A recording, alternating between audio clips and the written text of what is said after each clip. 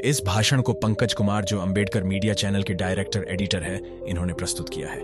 आज का विषय है मेरे जीवन का सैद्धांतिक अथवा दार्शनिक आधार।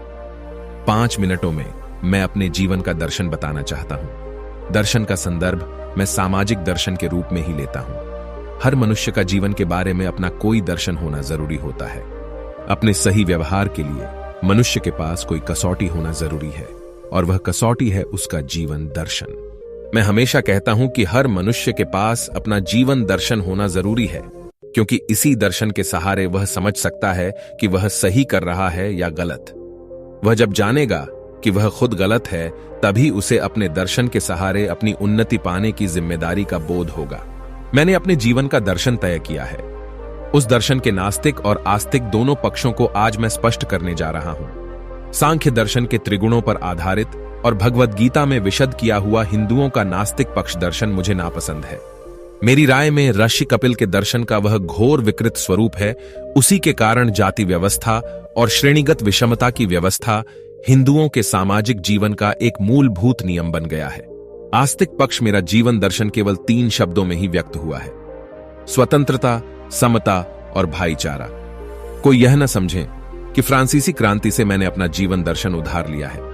मैं एक बार फिर यह बात साफ साफ कह देता हूं। मेरे दर्शन की जड़ राजनीति में नहीं, धर्म में है। मेरे गुरु भगवान बुद्ध की शिक्षा से ही मैंने यह दर्शन स्वीकारा है। मैं आपको विनम्रता से बता दूं कि मेरे जीवन संबंधी दर्शन में आजादी को विशेष स्थान है, लेकिन साथ ही प्रतिबंध आजादी समता के लिए मारक साबित होती है। मेरे दर्शन में समता का स्थान स्वतंत्रता से ऊंचा है। इसके बावजूद उसमें संपूर्ण समता के लिए बिल्कुल भी जगह नहीं, क्योंकि असीमित समता आजादी के अस्तित्व के लिए संकट पैदा करती है, और आजादी के लिए जगह हो यह आवश्यक तो है ही। स्वतंत्रता और समता के अतिक्रमण से सुरक्षा पाने भर के लिए मेरे दर्शन में कायदा और कानून का स्थान तय है। हालांकि कानून का स्थान मेरे हिसाब से बहुत ही नगण्य है, क्योंकि स्वतंत्रता और समता के भंग होने की स्थिति में कानून यकीनन समर्थ भूमिका निभा सकता है। इसका मुझे भरोसा नहीं है।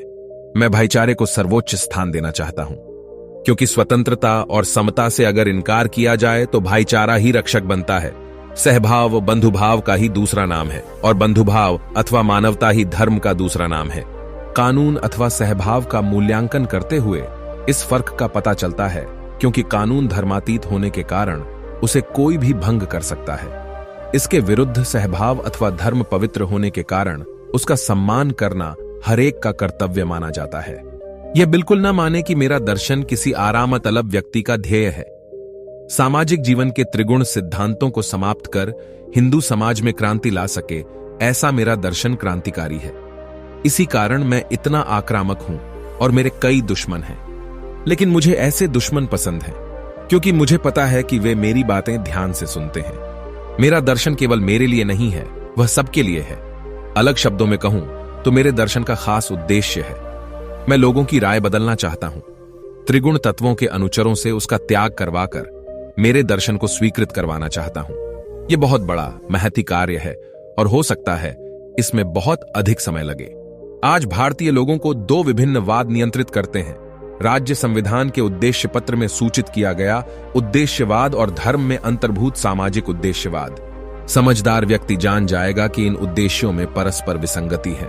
राजनीतिक ध्येयवादिता के कारण आजादी, समता और बंधुभाव, इन 3 जीवन मूल्यों को मान्यता मिली हुई है, लेकिन प्रचलित सनातनी मानसिकता वाले सामाजिक उद्देश्यवाद के कारण ये 3 तत्व व्यावहारिक जीवन में नकारे गए हैं। इस प्रकार का विसंगतिपूर्ण जीवन कब तक चलेगा?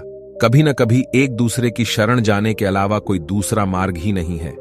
मेरे जीवन दर्शन में मेरा पूरा भरोसा है, और इसीलिए आज अधिकतर भारतीयों का वह राजनीतिक उद्देश्य बना है। कभी वह सबका सामाजिक उद्देश्यवाद बनेगा, ऐसी मैं उम्मीद करता हूं।